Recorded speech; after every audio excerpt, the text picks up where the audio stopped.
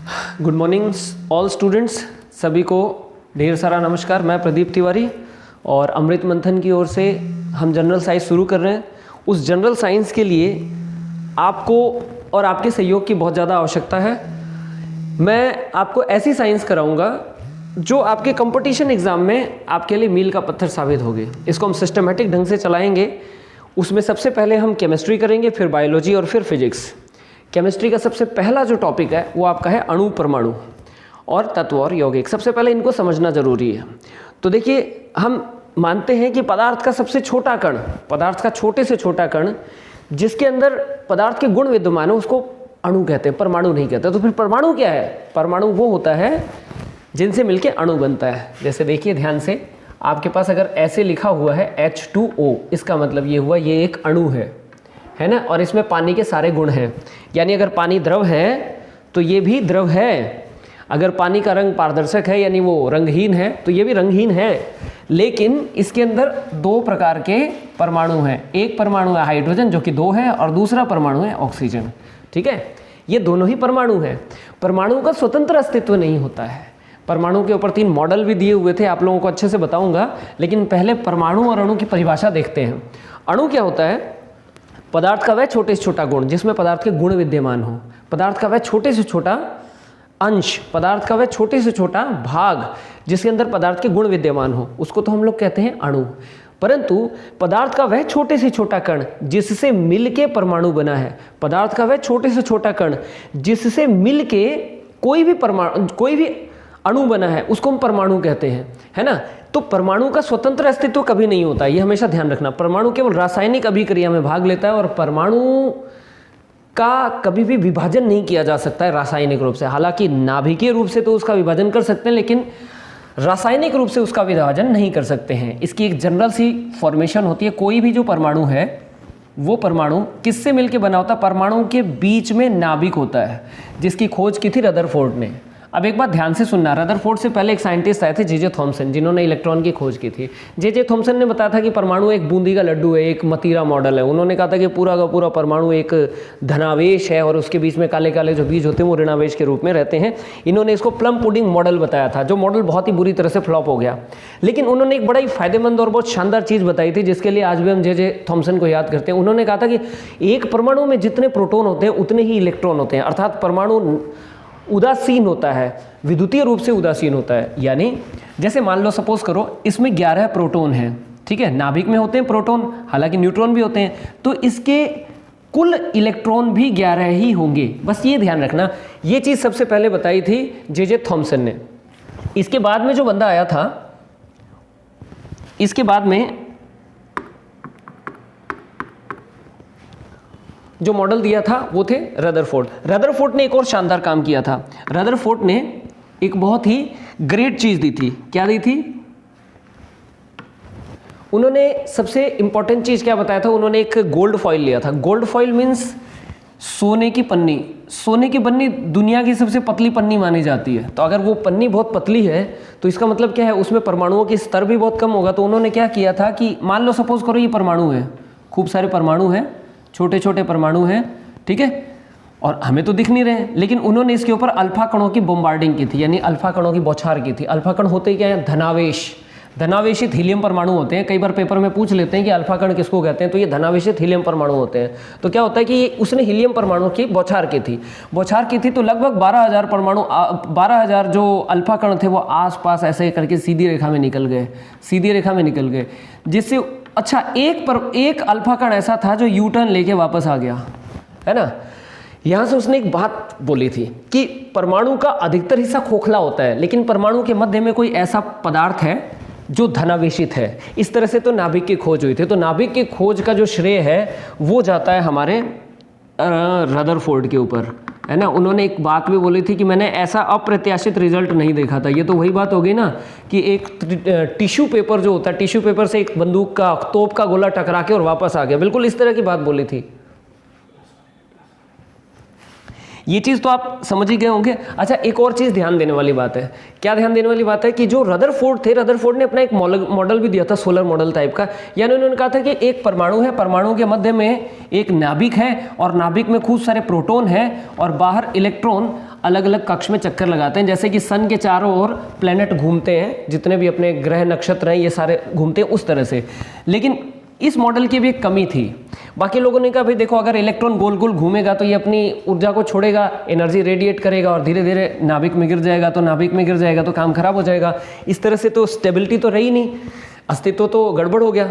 इस बात को सबसे पहले फिर नील्स बोर ने समझाया था, तो ये नील्स बोर का एक मॉडल था। तो हम जो आधुनिक रूप से पढ़ते हैं वो नील्स बोर के मॉडल को पढ़ते हैं। नील्स बोर ने एक बात बताई थी, उसने कहा था कि परमाणु के मध्य में नाभिक होता है जिसमें प्रोटॉन और न्यूट्रॉन रहते हैं, ठीक है, और बाहर इलेक्ट्रॉन अलग अलग कक्षाओं में दीर्घवृत्ताकार कक्षा में चक्कर लगाते हैं, है ना। उसने इनको KLMN इस तरह से इन शेलों के नाम दिए थे। ये जो शेल थे KLMN, इस तरह से उन्होंने ये शेल बनाए थे KLMN, ठीक है। ये नील्स बोर का जो सबसे ग्रेट मॉडल माना जाता है, इसलिए इसको क्लासिकल मॉडल ऑफ एटम यानी कि परमाणु को चिरसमझ प्रतिरूप कहते हैं। अच्छा, अब इसको समझने से पहले अपने इलेक्ट्रॉन, प्रोटॉन और न्यूट्रॉन को थोड़ा सा समझ लेते हैं, क्योंकि वो बहुत जरूरी है। Electron, proton, neutron. इलेक्ट्रॉन क्या होते हैं? इलेक्ट्रॉन, प्रोटॉन, न्यूट्रॉन तीनों ही मूल कण होते हैं। ये बात हमेशा ध्यान रखना, इलेक्ट्रॉन, प्रोटॉन और न्यूट्रॉन इन तीनों का मूल कण मानते हैं, क्योंकि इन तीनों से मिलकर परमाणु बने होते हैं। तो सबसे पहले देखते हैं इलेक्ट्रॉन के ऊपर कुल आवेश कितना होता है। 1.6 × 10⁻⁻19 कूलाम, और इतना ही आवेश प्रोटॉन के ऊपर भी होता है। इन दोनों के ऊपर आवेश समान होते हैं, इसीलिए तो अगर किसी परमाणु में इलेक्ट्रॉन और प्रोटॉन बराबर हो जाते हैं तो हम कहते हैं ये विद्युतीय रूप से उदासीन है। क्यों? क्योंकि इलेक्ट्रॉन के ऊपर ऋणावेश होता है जबकि प्रोटॉन के ऊपर धनावेश होता है। एक और चीज, इलेक्ट्रॉन की खोज किसने की थी? जे थॉमसन ने। जे थॉमसन, ये बात हमेशा ध्यान रखना, जे थॉमसन इसके आविष्कारक हैं, जे थॉमसन इनके खोज करता है। अच्छा, दूसरे नंबर पे आता है प्रोटॉन। प्रोटॉन के खोजकर्ता थे गोल्डस्टीन, जिन्होंने एक कैनाल रे से इसको ढूंढा था। और तीसरे नंबर पे आता है जेम्स चैडविक। जेम्स चैडविक ने न्यूट्रॉन को ढूंढा था। न्यूट्रॉन न्यूट्रल होता है, ध्यान रखना, न्यूट्रॉन के ऊपर कोई भी चार्ज नहीं होता है, लेकिन न्यूट्रॉन का द्रव्यमान और प्रोटॉन का द्रव्यमान एक समान होता है। इसीलिए नाभिक या किसी भी परमाणु का जो द्रव्यमान होता है, वो जो द्रव्यमान होता है वो प्रोटॉन और न्यूट्रॉन के योगफल के बराबर होता है। ये हमेशा ध्यान रखना, है ना। ये सबसे इंपॉर्टेंट चीज़ है। तीनों के खोजकर्ताओं का नाम बहुत बार पेपर में पूछ लेते हैं, बहुत सी चीज़ें पूछते हैं वैसे तो, लेकिन हमें बेसिक से चलना है। अच्छा, ये तो था परमाणु की संरचना। परमाणु की संरचना में इलेक्ट्रॉनों का विशेष योगदान होता है, भी ध्यान रखना, क्योंकि इलेक्ट्रॉन रासायनिक क्रियाओं में भाग लेते हैं। दुनिया में जितनी भी रासायनिक क्रिया होती है उसमें केवल इलेक्ट्रॉन भाग लेते हैं और न्यूट्रॉन और प्रोटॉन नाभिक के अंदर होते हैं। ये चीज़ हमेशा ध्यान देने वाली बात है। अच्छा, अब उसके बाद में हम बात करते हैं रासायनिक अभिक्रियाओं की। 4 प्रकार की रासायनिक अभिक्रियाएं होती हैं। एक होती है संयोजन अभिक्रिया, एक होती है वियोजन अभिक्रिया, एक होती है विस्थापन अभिक्रिया और एक होती है द्विविस्थापन अभिक्रिया।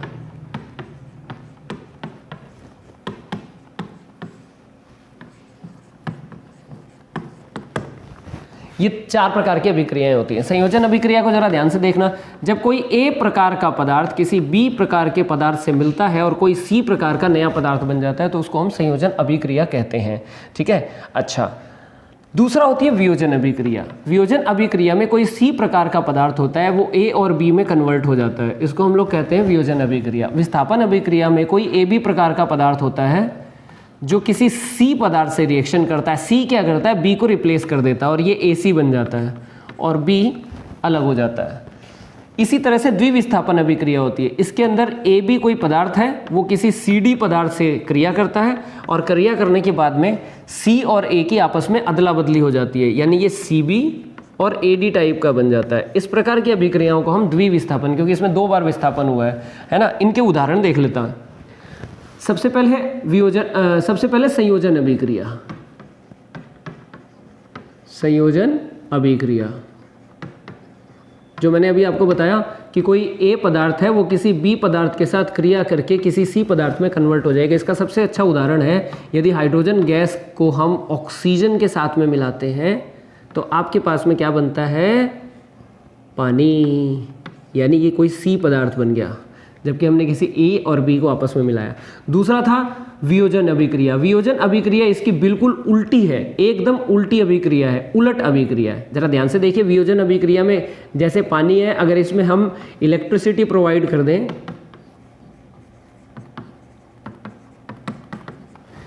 तो ये वापस अपने इसमें टूट जाता है, H2 और O2 में कन्वर्ट हो जाता है। ये हो गया वियोजन अभिक्रिया। अच्छा, संयोजन अभिक्रिया के और भी बहुत सारे उदाहरण हैं जिसमें दो चीज़ों का योग होता है। कुछ और उदाहरण मैं आपको पहले इसके दे देता हूँ, उसके बाद ही इसको अपने आगे करते हैं।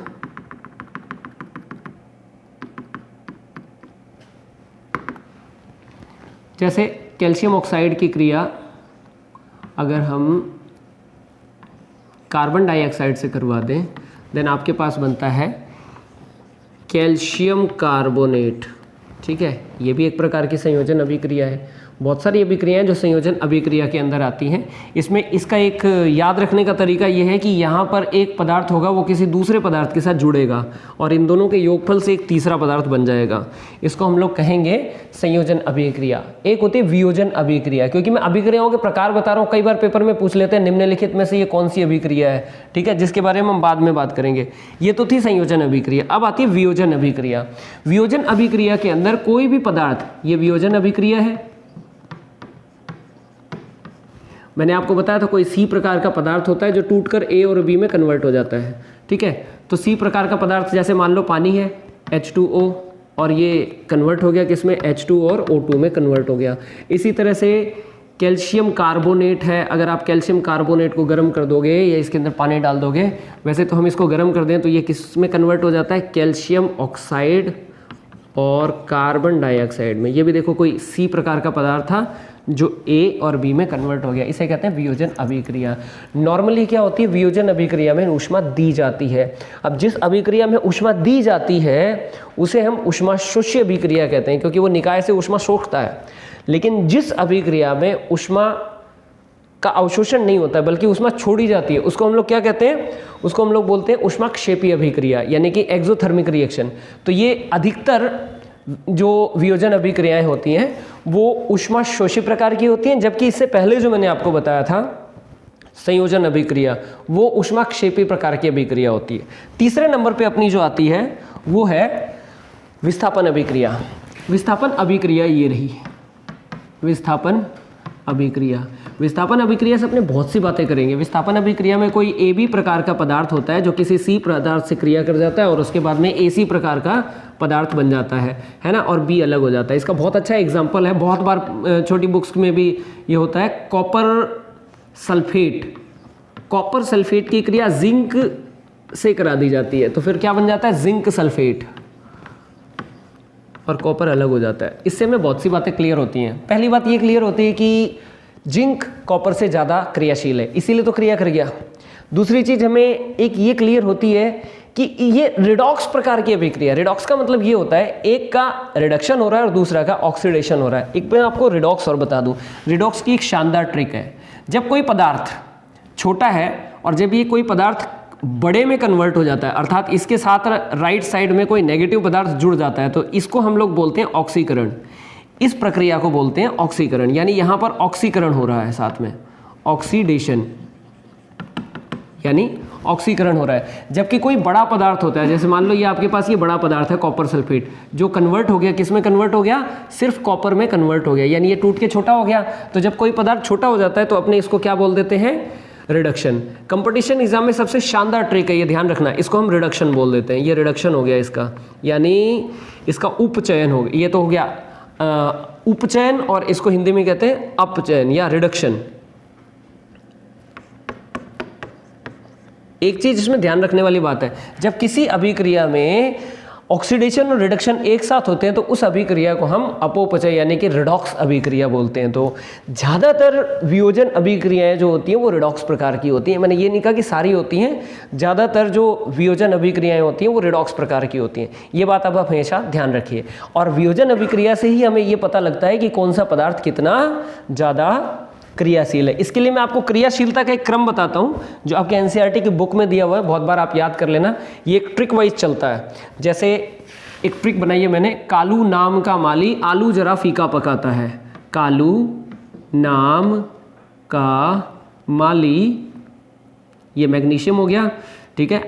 कालू नाम का माली आलू ज़रा फीका पकाता है, ठीक है।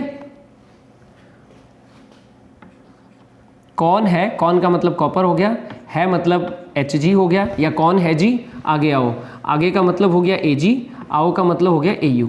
अब जरा ध्यान से देखना, ऊपर से नीचे जाएंगे तो क्रियाशीलता का क्रम घटता जाएगा, ऊपर से नीचे जाने पर क्रियाशीलता का क्रम घटता जाएगा, ठीक है। और नीचे से ऊपर जाने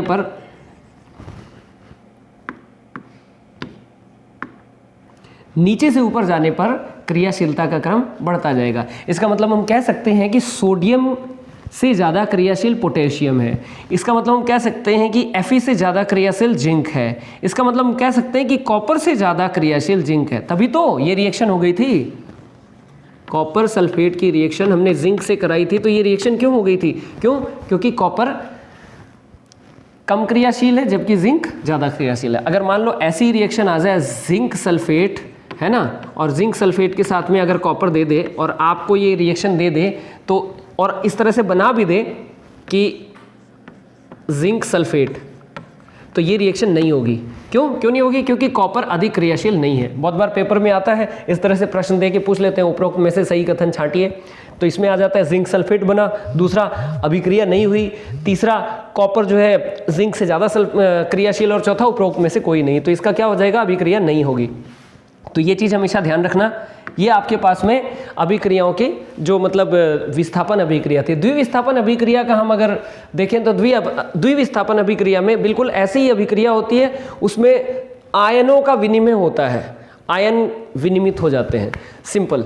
यानी अगर हम वियोजन अभिक्रिया की बात करें तो वियोजन अभिक्रिया की सिंपल परिभाषा बनती है कि दो या दो से अधिक पदार्थ जब आपस में मिलकर एक तीसरा पदार्थ बनाते हैं तो उसको हम लोग बोलते हैं संयोजन अभिक्रिया। और इसका उल्टा कर दो, जब कोई पदार्थ टूट कर दो या दो से अधिक पदार्थों में विभक्त हो जाता है तो हम उसको क्या बोलते हैं, उसको वियोजन अभिक्रिया बोलते हैं। इसी तरह से विस्थापन अभिक्रिया में हम कहते हैं कि एक क्रियाशील पदार्थ जब किसी यौगिक के किसी पदार्थ को विस्थापित कर देता है तो उसको हम लोग विस्थापन अभिक्रिया बोलते हैं।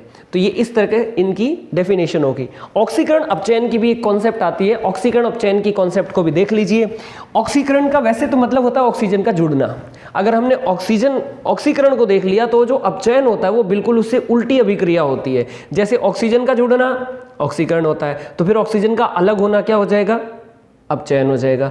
इसी तरह से किसी विद्युत ऋणी पदार्थ का, यानी कि जो ऋणात्मक पदार्थ होते हैं या अधातु होते हैं जितने भी, उनका जुड़ना जब किसी धातु के साथ अधातु, या यूँ समझ लीजिए जब किसी भी पदार्थ के साथ कोई ऋणात्मक पदार्थ जुड़ता है तो भी उसको ऑक्सीकरण बोलते हैं। दूसरी चीज़, इलेक्ट्रॉनों का अलग होना भी ऑक्सीकरण कहलाता है। ये तीन विशेष परिभाषाएं हैं जो एकदम माइलस्टोन साबित होंगी। ऑक्सीडेशन की तीन परिभाषाएं होती हैं। पहली परिभाषा होती है ऑक्सीजन का जुड़ना, ऑक्सीजन का जुड़ना। दूसरा होता है किसी विद्युत ऋणी पदार्थ का जुड़ना।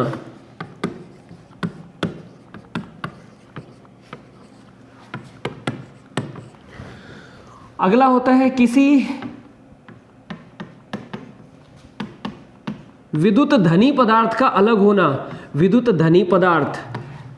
और इसकी जगह कई बार किताबों में आ जाता है हाइड्रोजन, एक ही बात है, ये भी विद्युत धनी होता है। किसी विद्युत धनी पदार्थ यानी कि हाइड्रोजन का अलग होना, और सबसे इंपॉर्टेंट चीज क्या है, इलेक्ट्रॉनों का निकलना, इलेक्ट्रॉन का निकलना। ये सारी की सारी प्रक्रिया मिलाकर हम ऑक्सीडेशन कहते हैं। तो फिर इसकी उल्टी अभिक्रिया क्या हो जाएगी, इसकी उल्टी अभिक्रिया हम मानेंगे रिडक्शन। इससे उल्टी अभिक्रिया रिडक्शन कैसे हो गई, रिडक्शन में हम क्या कहेंगे, ऑक्सीजन का अलग होना, किसी विद्युत ऋणी पदार्थ का अलग होना, किसी विद्युत धनी पदार्थ का या हाइड्रोजन का जुड़ना, और इलेक्ट्रॉनों का जुड़ना। ये सारी की सारी प्रक्रियाएं रिडक्शन में आ जाएंगी। ऑक्सीजन ऑक्सीडेशन की बिल्कुल उल्टी प्रक्रिया, बहुत बार पेपर में पूछ लेते हैं निम्नलिखित में से ऑक्सीडेशन की प्रक्रिया को क्या कहते हैं या रिडक्शन की प्रक्रिया को क्या कहते हैं, ये आपको पता होना चाहिए, है ना। तो जैसे फॉर एग्जांपल मैं कुछ एग्जांपल्स के साथ आपको बताता हूँ। जैसे ये सोडियम परमाणु है, ये सोडियम परमाणु से एक इलेक्ट्रॉन मुक्त हो गया तो ये सोडियम धनायन बन गया और ये इसका एक इलेक्ट्रॉन मुक्त हो गया, तो हम ये कहेंगे कि इसका ऑक्सीकरण हुआ है ना। ऐसे देख लो, जैसे Fe2 पॉजिटिव था, अर्थात इसमें से पहले से ही 2 इलेक्ट्रॉन निकले थे, अब क्या हुआ, एक और इलेक्ट्रॉन निकल गया और ये Fe3 पॉजिटिव बन गया, तो इसका मतलब तो साफ है ना, ये क्या हो गया, इसका एक इलेक्ट्रॉन फिर निकल गया, यानी कि फेरस का फेरिक में कन्वर्ट होना, यानी कि Fe2 पॉजिटिव का Fe3 पॉजिटिव में कन्वर्ट होना, ये भी ऑक्सीकरण है ना। किसी चीज़ के साथ में ऑक्सीजन का जुड़ना, जैसे मान लो सोडियम के साथ में अगर हमने ऑक्सीजन को जोड़ दिया ना, तो आपके पास क्या बना, सोडियम ऑक्साइड NaO। इसका ये भी आपको बता दो, इसकी संयोजकता इसके पैर में, इसके पैर में, ठीक है। ये आपने छोटी क्लास में पढ़ा होगा, हम इसके लिए भी एक विशेष क्लास रखेंगे। आज के लिए इतना ही, बाकी अगली क्लास में वीडियो को शेयर और लाइक ज़रूर करें। धन्यवाद।